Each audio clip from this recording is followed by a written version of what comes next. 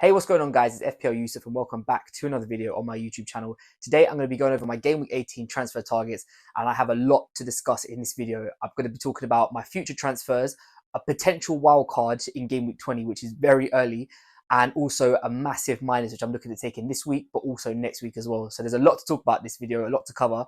So make sure you sit back, get a drink, get something to eat, because this one's going to be a longer video than my usual ones. So without further ado, let's just get straight into it.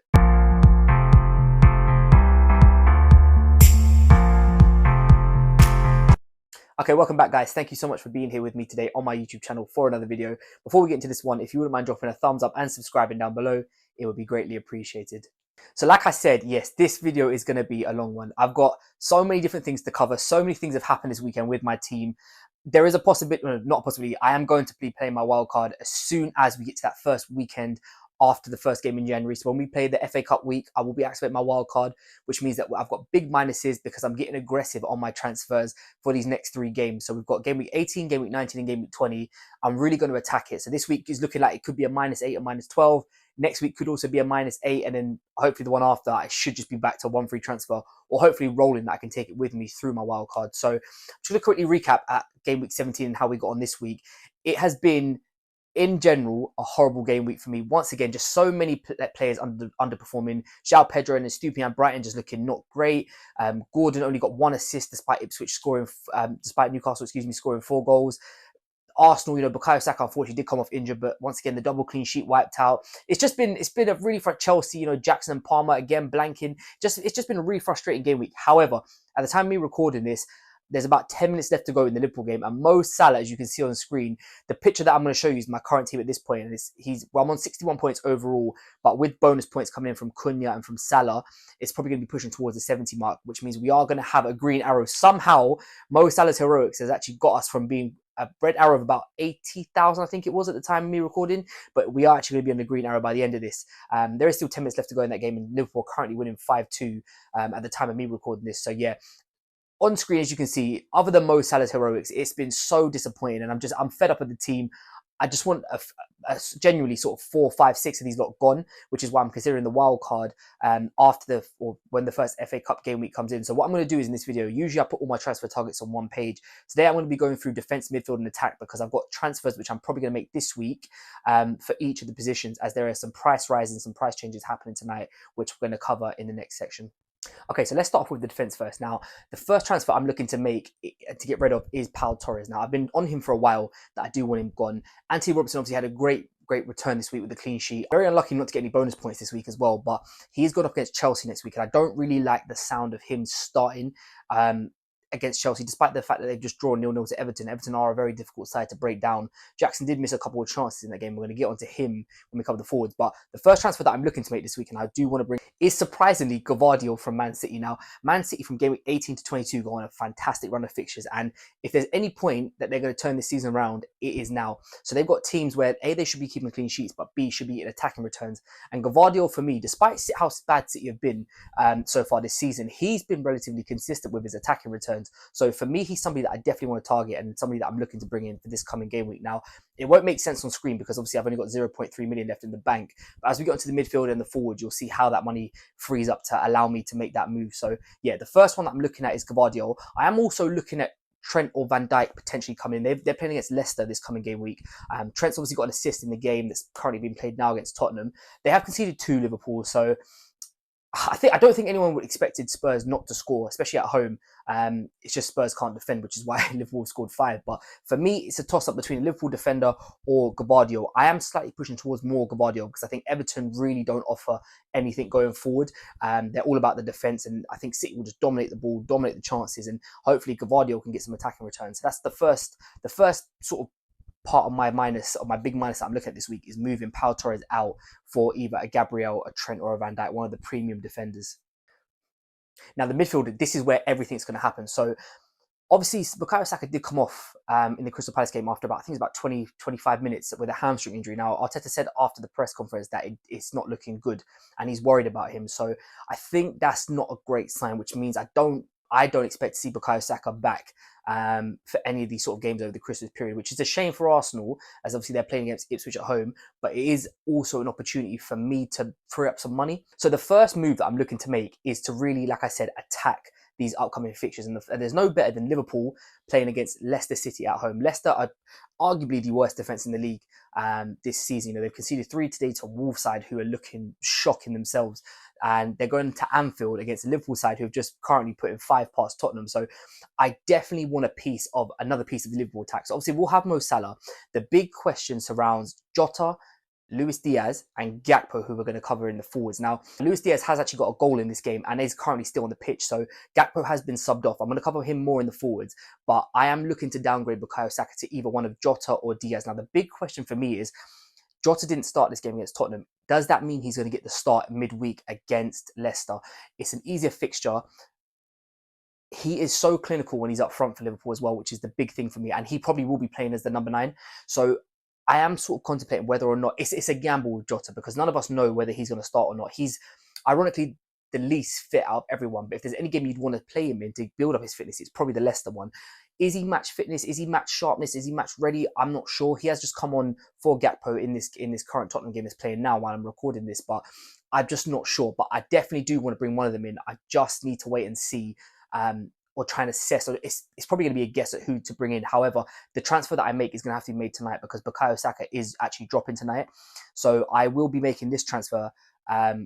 I'm going to be getting rid of him tonight, but it's just depending on who it's for. So make sure you follow my Twitter. I'll leave a link to it down in the description down below because I will tweet out my transfers tonight, as there is a second one that I will definitely confirm today. But yeah, Bukayo Saka, I definitely want to bring in one of the Liverpool boys. Is it going to be Jota? Is it going to be Diaz? I'm not really sure as of yet. So it will definitely be one of them. It's almost going to be like a big gamble as to who's going to start that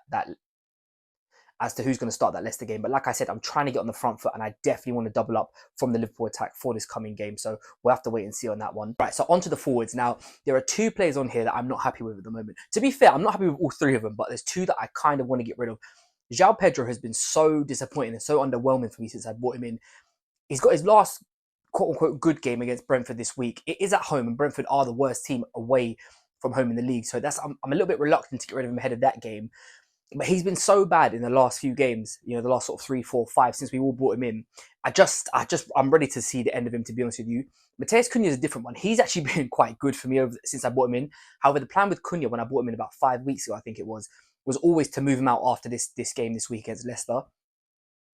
Now, the obvious move for me, like I spoke about there, is to Cody Gakpo, because I definitely want to be doubled up on the Liverpool attack. However, Gakpo did start this game against Tottenham.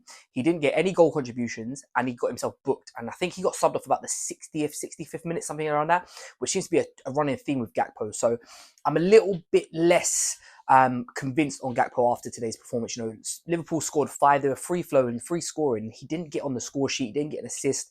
Only picked up a booking and got an early sub, which means I'm actually contemplating going for, like I said in the previous section, one of the either Diaz or Jota for that sort of second Liverpool attack option, which leaves me for another option, and that's Gabriel Jesus at Arsenal. Now, don't get me wrong, I don't think Jesus is a long-term holder. When I do wildcard, he probably will be wildcarded out.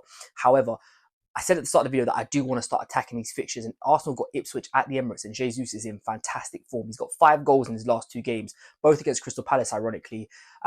Also got 2 assists out of both those games at the time as well. So he's really on fire at the moment, and I kind of want to sort of jump on this wave, even if it's only for a couple of weeks.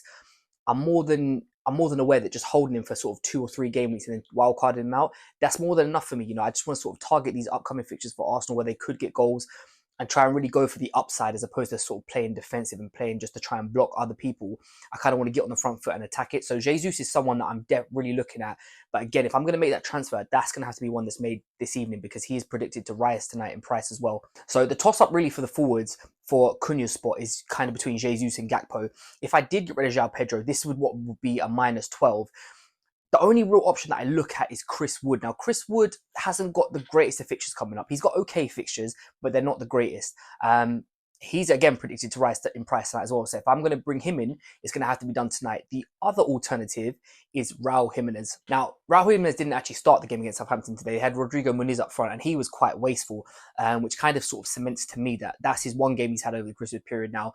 it probably will be Raul Jimenez. The only problem with him is they play Chelsea in the midweek game, and I don't really want to bring him in to start for that. I'd rather just keep João Pedro at home to Brentford. So we'll wait and see. But for me, Gabriel Jesus is somebody that I definitely want to target with the upside. Gakpo, I was sort of umming and ahhing about it, but after this Spurs game that I've seen, I'm a little bit less confident. And I do actually wonder whether the front three for Liverpool will be Salah, Jota, and Diaz as a three, as opposed to Gakpo starting all these games. So yeah, I think for me tonight, the transfer I'll be looking to make or to be getting rid of Cunha for is going to be Gabriel Jesus, because like I said, he's definitely predicted to go up in price tonight, and it's something that I want to sort of catch before I miss out on the 0.1 going up for him, but also the 0.1 down for Bukayo Saka too.